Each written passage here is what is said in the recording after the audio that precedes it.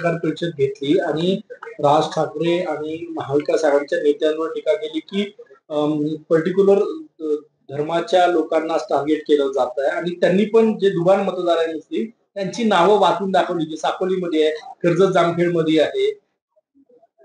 आशिष शेलारांचं म्हणणं बरोबर आहे.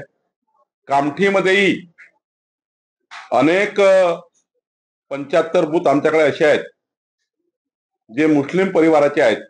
त्यामध्येही 4-4दा, 5-5दा, 6-6दा दुबार मतदार आहे.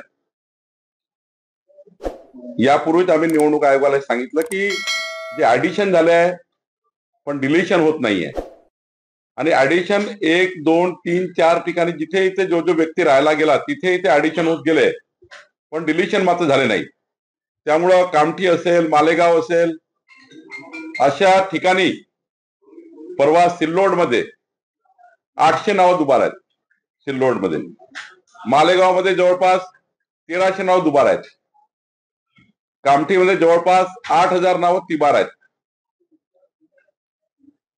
त्यामुळं जवळपास या राज्यामध्ये सर्वच ठिकाणी दुबार तिबार नावं आले आहेत, कारण ऍडिशन झाल्या, डिलिशन झाले नाहीये. माननीय मुख्यमंत्री देवेंद्र फडणवीसजी यांनी याबद्दल हायकोर्टमध्ये केस केली होती आणि हायकोर्टमध्ये आम्ही मागणी केली होती की डिलिशन करा जे दुबार नाव आहे. आणि दुबार नावं हे काढण्याकरता आमचाही प्रयत्न होता.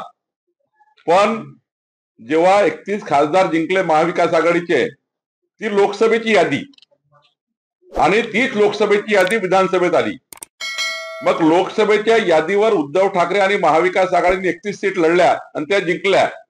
त्यांचा परभणीचा खासदार निवडून आला, नाशिकचा खासदार निवडून आला. त्यांचे खासदार ज्या यादीवर निवडून आले त्या यादीवर ते आक्षेप घेत आहेत.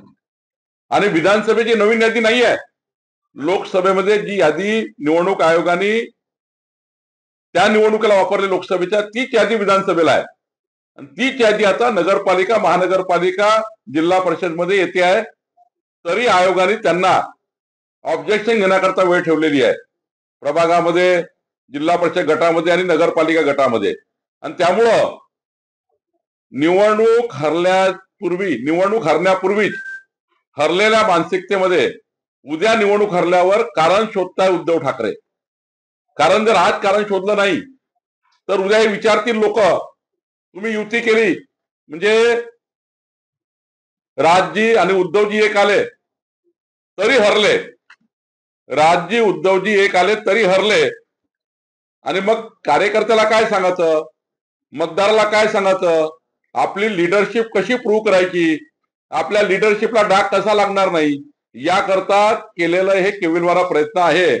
परवाचा मोर्चा आणि आता हे जे स्टेटमेंट सुरू आहे हे केवळ आपलं स्वतःचा पक्ष आणि राजकारण आणि कार्यकर्ते टिकवण्याकरता करतात आहे. उद्धव ठाकरे असे म्हटले की आम्ही निवडणूक आयोगावर टीका करतो, भाजप उत्तर का देते? नाही, ते भाजपवर टीका करताय ना. निवडणूक आयोगावर टीका कुठं करताय तुम्ही? निवडणूक आयोगावर टीका करा ना. 31 खासदार निवडून आले. तुम्ही 31 खासदार ज्या दिवशी तुमचे निवडून आले, दुसऱ्या दिवशी प्रेस का नाही घेतली आपण?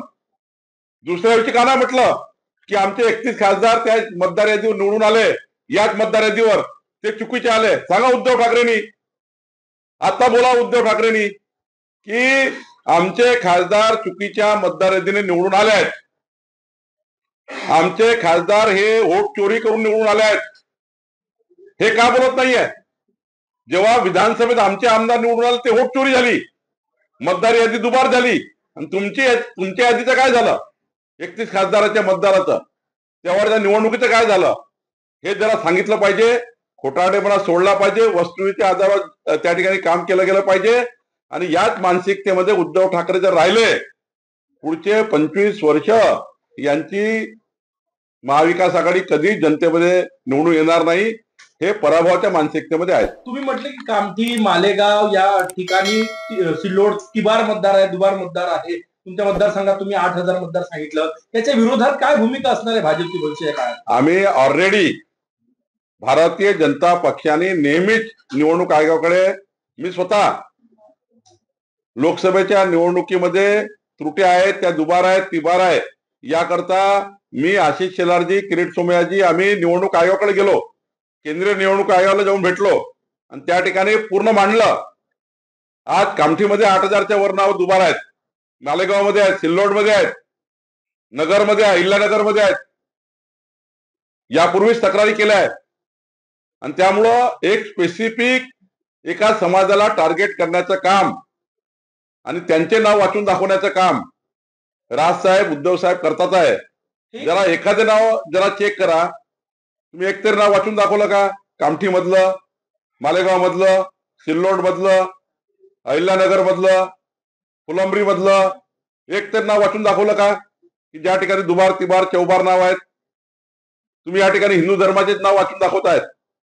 या ठिकाणी जातीवादाचं बीज पेरतायत. आणि त्यामुळे मला असं वाटतं निवडणुकीचे मतदानांना करता लांगून चालन करण्याकरता या ठिकाणी हा फेक नरेटिव्ह तयार करण्याचा प्रयत्न आहे. मतदाराचं लांगून चालन करणे, कुणा धर्माचं, समाजाचं लांगून चालन करण्याचा प्रयत्न आहे.